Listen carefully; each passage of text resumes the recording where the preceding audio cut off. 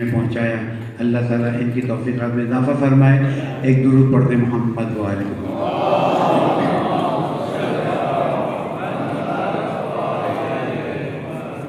گفتگو کو وہیں سے آگے بڑھاؤں گا جہاں پر فاضل محترم نے چھوڑا تھا اور 15 شعبان کا زمانہ بھی ہے.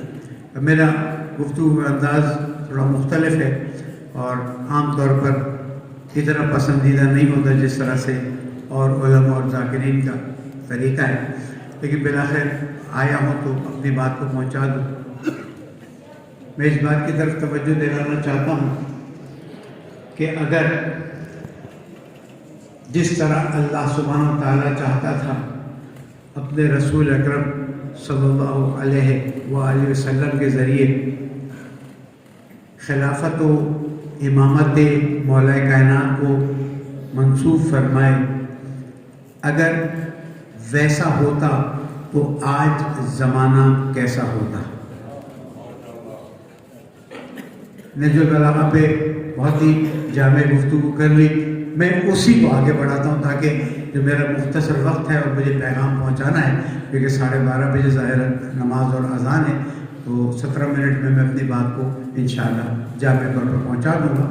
بس مقدمہ انہوں نے بیان کیا، نتیجہ میں لینا چاہتا ہوں. کبھی آپ نے تصور کیا کہ اگر ثقیفہ میں جو ہوا وہ نہ ہوتا اور وہ ہوتا جو غدیر میں ہونا تھا، اور وصال رسول اکرم کے بعد مولا کائنات اس منصب ظاہری پر بھی فائز ہوتے جو ان کا حق بھی بنتا تھا. اور میں نے ابھی کسی ایک یوٹیوب پہ مولانا کو کہتے سنا کہ آپ بہت زیادہ شور کرتے ہیں کہ حضرت علی کی خلافت، حضرت علی کی خلافت. تو حضرت علی تو اپنی خلافت کے بارے میں کچھ نہیں کہتے ہیں. میں کہوں گا کہ میرے مولا کا یہ جملہ لقد تقمص آگے نہیں کہتا ہوں، یہ جملے سے علماء فوراً سمجھ جائیں گے کہ فلاں نے اس پیراہن کو جو میرے لیے تیار کیا گیا تھا پہن لیا اور وہ بھی الٹا پہن لیا. اس سے کیا مراد ہے؟ یہی مراد ہے نا. یہ خلافت کا پیراہن حضور اکرم نے مولا کائنات کے لیے تیار کروایا تھا. بہرحال اس کو ذرا سا سائڈ پہ رکھتے ہیں. اگر خلافت ظاہریہ میں واقعیت تو تھی، امامت بھی تھی، ظاہریہ بھی ہوتی، اور اس ممبر پر جس ممبر پر سالوں بعد مولا کائنات تشریف لائے اور اس جگہ بیٹھے جہاں پر کوئی بیٹھنے کی جرات نہیں کرتا تھا، اسی وقت بیٹھ جاتے تو کیا ہوتا وہ جو اللہ نے چاہا تھا، ہوتا وہ جو رسول اکرم چاہتے تھے. اللہ چاہتا تھا کہ انسان عقل و علم کے ذریعے اللہ کی بندگی کرے. عقل کو اللہ سبحانہ و تعالیٰ نے ملاک بنایا. اور اگر الکافی سے آیت کی طرف حدیث کی طرف اشارہ کرتا چلوں کہ اے عقل تیری بنا پر میں ثواب بھی دوں گا، تیری بنا پر میں عقاب بھی دوں گا. تو عقل کی بنیاد پر اگر انسانی فکر کی تربیت ہوتی اور جس طرح حضور اکرم نے فرمایا انا مدینۃ العلم وعلی باپہا کے مطابق آگے بڑھا جاتا تو آج انسانیت وہاں پر ہوتی کہ جس کے بارے میں مولا کائنات نے اس وقت آواز دی تھی. اس کو ہم نعرہ لگانے کے لیے تو استعمال کرتے ہیں، لیکن علمی اور فکری طور پر اس پر غور نہیں کرتے. جب میرے مولا نے فرمایا تھا سلونی سلونی قبل ان تفقدونی، مجھ سے پوچھ لو اس سے پہلے کہ میں تمہارے درمیان میں نہ رہوں، اور آسمان کے راستوں کو زمین کے راستوں سے بہتر جانتا ہوں. اگر نہج البلاغہ کھول کے آہستہ آہستہ میرا جوان روز ایک صفحہ پڑھنا شروع کرے تو سلونی کے معنی وہاں پر سمجھ آنا شروع ہو جائیں گے. کبھی فرماتے ہیں اے انسان اپنی حیثیت کو تو دیکھ کہ جو چربی سے دیکھتا ہے، گوشت کے لوتڑے سے بات کرتا ہے اور جو ہڈی سے سنتا ہے. اور آگے کا مفہوم میں بتا دوں کہ اگر تھوڑی دیر کے لیے اسے دھوپ میں رکھ دیا جائے تو ایسا سڑ جائے کہ استعمال کے قابل نہ رہے. نہج البلاغہ علمی معلومات اور علمی گفتگو سے بھری ہوئی ہے اور اسلام اس وقت شمشیر کے بجائے علم کے زور پر آگے بڑھتا، اور آج انسانیت وہاں پہنچ گئی ہوتی جہاں پر اللہ سبحانہ و تعالیٰ قرآن مجید میں فرماتا ہے وَسَخَّرَ لَكُم مَّا فِي السَّمَاوَاتِ وَمَا فِي الْأَرْضِ، تمہارے لیے تسخیر کی طاقت رکھ دی گئی ہے، جو کچھ آسمانوں میں جو کچھ زمینوں میں ہے۔ آج انسان بھٹکتا نہ پھرتا۔ اب جب تم نے اس نظام شرائط الہی سے انحراف کیا تو نتیجہ یہ ہے تمہیں خود سمجھ نہیں آ رہی ہے کہ خلافت دی کسے جائے۔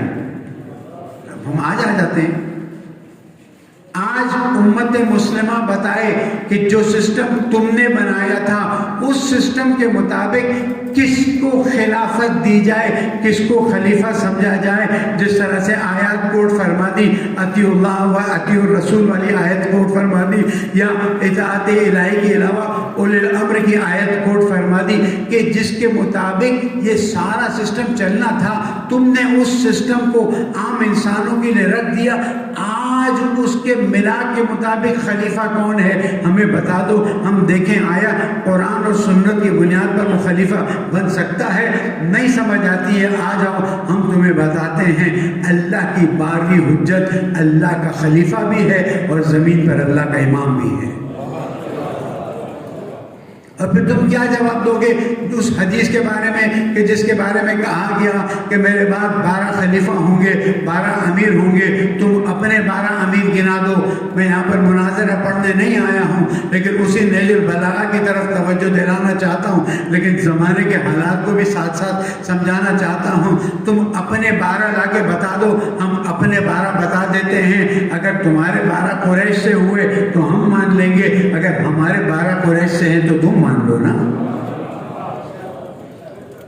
حضرت گرامی، امت مسلمہ کا آج جو المیہ ہے، ہر کوئی دوسرے کی تکفیر کی کوشش کر رہا ہے، ہر کوئی دوسرے کو کافر قرار دینے کی کوشش کر رہا ہے۔ یہ صرف ہمارا مکتب ہے جس کی فضیلت ہے کہ جو کسی کی تکفیر نہیں کرتا، مگر یہ کہ وہ اپنے آپ کو اللہ یا رسول سے الگ کر دے، وہ عنوان الگ ہے۔ ہر کلمہ پڑھنے والے کو مکتب مسلمان قرار دیتا ہے، اور اگر رسول اکرم کو آخری نبی اور پیغمبر مانتا ہے تو اسے مسلمان قرار دیتا ہے۔ ہم تم سے سوال کرتے ہیں، آج امت میں افراتفری کی وجہ کیا ہے؟ امت میں افراتفری کی وجہ صرف ایک ہے کہ تم نے اس کو چھوڑ دیا جس کو رسول اکرم نے میراث حق قرار دیا تھا۔ میراث حق کو چھوڑا تو نتیجہ کیا ہوا؟ آیت قرآن پر تم عمل نہیں کر سکے۔ امت مجھے سوال کا جواب دے گی کہ رسول اکرم کو اللہ سبحانہ تعالیٰ نے فرمایا، اے میرے حبیب ان سے کہہ دو میں تم سے اجر رسالت نہیں مانگتا، قل لا اسألکم علیہ اجرا الا المودۃ فی القربى۔ مسائل میں تو ہم بہت پڑھتے ہیں، اور مجھے چھوٹے ہونے کے حصے سے احساس ہے، جو میں بات کر رہا ہوں بہت بڑی ہے، کہ اگر ہم اہل بیت علیہ السلام کا پیغام تبلیغ کے انداز میں آگے بڑھاتے تو آج صورتحال کچھ اور ہوتی۔ آج صورتحال جو بگڑی ہے اس میں ہماری تنزیہ مجلسیں، ہماری تعانے والی مجلسیں، ہماری مجلسیں پیغام نہیں پہنچا سک رہی ہیں، ورنہ تو پیغام اہل بیت کو خوشبو ہے، اور خوشبو ہر اچھے انسان کو پسند آتی ہے۔ کیا ایک صاف دل انسان کو یہ نہیں پوچھا جا سکتا کہ مودت فی القربہ امت نے کیسے ادا کی؟ مودت فی القربہ امت نے اس طرح سے ادا کیا کہ پہلے جناب زہرا کے دروازے کو جلایا۔ میں مسائل کی طرف نہیں جا رہا ہوں، لیکن میں نکات دینا چاہتا ہوں تاکہ میری گفتگو کا نتیجہ آپ کے سامنے رہے کہ ہماری بھی کوتاہیاں ہیں، ہم نے کوئی کم کوتاہیاں نہیں کی۔ کیا ہم صرف یہ بات لے جا کر اہل سنت کے ریفرنس سے بتا دیتے کہ جناب زہرا کا حق کیا ہوا، جناب زہرا کے دروازے پر کیا ہوا؟ چلو تم نہیں مانتے ہو، نہیں مانو، یہ بتاؤ امیر المومنین جو کائنات کی دوسری بہترین ہستی کی رسول اکرم کے بعد ان کے ساتھ کیا حشر کیا؟ اور کوئی بتا سکتا ہے کہ مودت فی القربہ میں امیر المومنین شامل تھے یا نہیں تھے؟ نہیں تھے تو دلیل دے دو شامل ہونے کی۔ دلیل میرے پاس بہت ہے، وقت میرے پاس بالکل نہیں ہے.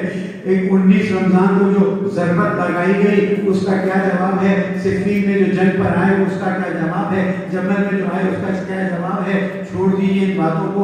سوال یہ پیدا ہوتا ہے الحسن و الحسین ماشاءاللہ کچھ شکر کا احساس ہو رہا ہے. ایک بلند درود پڑھتے ہیں محمد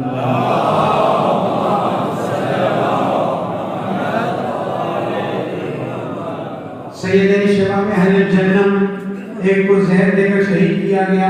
اچھی طرح سے لے جا کر لوگوں کو بتائیں نا، اچھی طرح سے سمجھائیں نا، تاکہ پتہ چلے زہر دینے والے کون تھے، زہر بھیجوانے والے کون تھے، زہر خریدنے والے کون تھے، زہر کا انتظام کرنے والے کون تھے. جس نے زہر کا انتظام کیا اس پہ لعنت بھیجنے کا حق تو بنتا ہے نا ہمارا. آپ سمجھنے میں کہاں جا رہے ہیں ماشاءاللہ. اور اس کے بعد کربلا جائیے. بہت ہی بہتر انداز میں مسائل پڑھے گئے، لیکن میں مسائل نہیں پڑھ رہا، میں توجہ دلا رہا ہوں. کیا یہ بات کافی نہیں ہے کہ نواسے رسول جس کے ہونٹوں کو رسول اکرم چومتے تھے اس کے سر کو نیزے پہ چڑھایا گیا؟ میں مسائل پہ نہیں جاتا، لیکن کیا امت مصطفیٰ کے لیے یہ بات کافی نہیں ہے کہ رسول کی نواسیوں کو بے پردہ بازار میں گھمایا گیا؟ کیوں امت کو ہوش نہیں آتا؟ اس لیے کہ ہم امت کو صحیح طرح سے بتاتے نہیں ہیں. ہم اپنے محرم السفر میں بہتر انداز میں گفتگو کر کر ان کو بتائیں کہ تمہاری اپنی ماؤں بہنوں کی چادریں چھن جائیں تمہارا کیا حال ہو. تمہیں رسول کی بیٹیوں، یہ رسول کی بیٹیاں ہیں، ان کی چادریں چھن گئی، تمہیں خیال نہیں ہے. اب آ جائیے اس بات کی طرف. یہ جو ناموس رسالت یا جو ترمیمی بل آیا ہے، اس بل کی بنیاد کیا ہے؟ اس بل کی بنیاد یہ ہے کہ جو مقدسات ہیں ان کی بے احترامی نہیں ہونی چاہیے. لا الہ الا اللہ محمد رسول اللہ علی ولی اللہ کی قسم کھا کر تمام عالم اسلام میں جتنے بھی شیعہ ہیں ان کی طرف سے قسم کھا کے کہتا ہوں جو مقدس ہے ہمارے لیے محترم ہے. لیکن اگر بدر میں رسول اکرم کے مقابلے میں کوئی لڑنے آ جائے تو کیا میں اس کو رضی اللہ کہہ سکوں گا؟ کیا احد میں رسول اکرم کے چچا کا جگر چبایا جائے گا؟ ان کے کان اور ناک کاٹ کر گلے میں لٹکایا جائے گا؟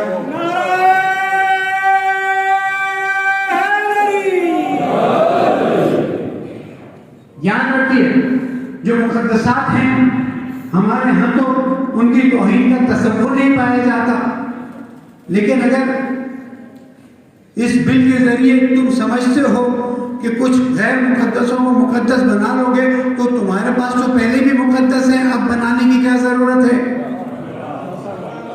اور میں دعا کرتا ہوں قیامت میں اللہ تمہیں ان کے ساتھ محشور فرمائے. ایک آمین تو آ جاتا، بلند آمین. اے رب العزت جو ان کے مقدس ہیں ان کے ساتھ ان کو محشور فرما، جو ہمارے مقدس ہیں ہمیں ان کے ساتھ محشور فرما. یہ سمجھتے ہیں 3 سال کی سزا کو 10 سال میں تبدیل کر دیں گے تو کوئی بہت بڑا مسئلہ ہو جائے گا. میں آپ کو یہاں سمجھانا چاہتا ہوں اور مقبول علی صاحب کا شکریہ ادا کرتا ہوں کہ پریشر ڈال کے مجھے بلایا. اب جب آیا ہوں تو میں آپ کو بتا دوں بل سے مکتب تشیع کو کوئی خطرہ نہیں ہے. بل سے عظمت رسالت و ازواج رسول اور اصحاب رسول کے احترام کو خطرہ ہے. اگر اس بل کو پاس کرنا چاہتے ہو سو بسم اللہ. پھر سے کہوں ریکارڈ کرنے والے چلے گئے، مجھے ان سے کوئی گلایا نہیں ہے، لیکن میں کہہ دوں اگر تم کو 10 سال سے عمر قید تک سزا دینی ہے تو تم سزا دے دو، لیکن اس بل پاس کر دو. لیکن اس کے بعد جو ہمارے اسکالرز، میں اپنا موبائل دکھا رہا ہوں، اس موبائل میں آپ کے حوزہ علمیہ حوزہ علمیہ نجف کے اسکالرز نے، حوزہ علمیہ شام سے بھی کچھ اسکالرز نے اہل سنت بھائیوں کی کتابوں سے وہ چیزیں نکال کے دی ہیں کہ اگر اس میں سے میں 2 پڑھ دوں آپ مجھ پہ لعن کرنا شروع کر دیں گے. شان رسالت میں، شان ازواج مطہرات میں، شان اصحاب کرام میں پہلے تو تم اپنی کتابوں کو صاف کر لو نا، یا بین کر دو اپنی کتابوں کو، اور اگر بین نہیں کرتے ہو اور مصر ہو کہ 10 سال قید ہو جائے، ہم 10 سال نہیں، کون سی قید لینے کے لیے تیار ہیں؟ ہاں، کون سی قید لینے کے لیے تیار ہے؟ عمر قید لینے کے لیے تیار ہے، اس لیے کہ ہمارے مقدسات تو اپنی جگہ پر محترم ہیں۔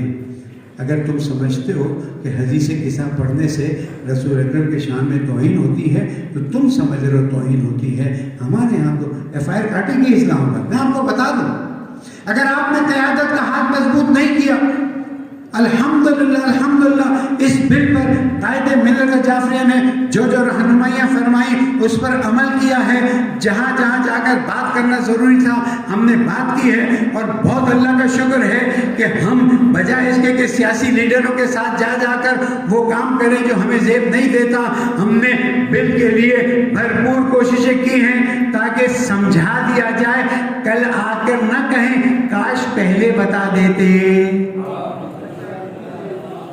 ہم اس لیے نہیں دوڑے ہیں، قائد محترم نے مجھے صاف کہہ دیا، میں سبھی صاحب کسی کو یہ محسوس نہ ہو آپ اس لیے دوڑ رہے ہیں کہ ہمیں ڈر ہے 10 سال سے عمر قید ہو جائے گی، ہمیں 10 سال سے عمر قید کی فکر نہیں ہے، ہمیں شان رسالت میں آئندہ ہونے والی اہل سنت کی کتابوں سے توہین کی فکر ہے۔ ہم ارباب حل و عقد کو بتانا چاہتے ہیں کہ قیادت نے بہت ہی مدبرہ انداز میں قائد ملت جعفریہ آیت اللہ سید سعدی علی نقوی صاحب نے بہت ہی بہتر انداز میں اقدامات کرنے کا آرڈر دیا، ہدایت دی، ہم نے کوششیں کی، کاوشیں کی ہیں، نتیجہ دینا اللہ تعالیٰ کا کام ہے۔ نہ آپ نے گھبرانا ہے، نہ ہم آج تک گھبرائے ہیں، نہ علماء گھبرائے ہیں، نہ ذاکرین گھبرائے ہیں، نہ منقبہ خان گھبرائے ہیں، نہ نوحہ خان گھبرائے ہیں۔ گھبرائیں گے وہ جن کی کتابوں میں تقدس کو پامال کیا گیا ہے۔ بس یاد رکھیں کہ ہم اس وقت اگر بھاگ دوڑ کر رہے ہیں، محنتیں کوششیں کر رہے ہیں، وہ مکتب کی خاطر نہیں ہے، وہ شان رسالت اور شان اسلام میں ہونے والی توہینوں کو روکنے کے لیے ہے۔ اسی لیے ایک اہل سنت کے عالم دین نے یہ بات کہی ہے، اور یہ سوشل میڈیا پر موجود ہے کہ تم نے ایک ایسا غلط پوائنٹ اٹھایا ہے، ابھی تک ان کے ذاکر اور چھوٹے چھوٹے ممبروں پر بیٹھنے والے ان چیزوں کو بیان کرتے تھے، اب ان کے اسکالرز ہماری کتابوں میں جائیں گے اور ایسی بات نکالیں گے۔ میں نے 3 چیلنج دیے ہیں، آج آخری مرتبہ اس چیلنج کو دہرا دیتا ہوں۔ نمبر 1، اگر تم یہ بات ثابت کر دو کہ قرآن سنت میں 10 سال سے عمر قید سزا ہے تقدسات مقدسات کی بے احترامی کا، تو میں سزا قبول کرنے کو تیار ہوں۔ اگر تم قرآن و سنت سے ثابت نہیں کر سکتے ہو تو تم صرف اسلامی ممالک سے ڈھونڈ کے لا دو، کتنے اسلامی ممالک میں قانون پاس کیا گیا ہے، اور اگر نہیں کر سکتے ہو تو ایک بار اسمبلی کے تمام ممبران کو بٹھاؤ، اور اس کے بعد یہ 15 سے 25 لوگوں کے درمیان بل پاس کرانا بزدلی ہے، ہمت ہے۔ میں چیلنج دیتا ہوں آج اس مدرسے جعفریہ کے بابرکت پلیٹ فارم سے، تم میں ہمت ہے، تم میں جرأت ہے تو تم پورا کورم بٹھاؤ۔ یہ نام نہاد 24-25 کا کورم بٹھانے کا مطلب ہے کہ تم کمزور ہو۔ میں تمہیں چیلنج دیتا ہوں، پورا کورم بٹھاؤ، اور کورم بٹھا کر تمام لوگوں سے متفقہ طور پر سائن لے لو اس بل کو پاس کرنے کے لیے۔ ہم قربانی دینے کے لیے تیار ہیں۔ والسلام علیکم ورحمۃ اللہ وبرکاتہ۔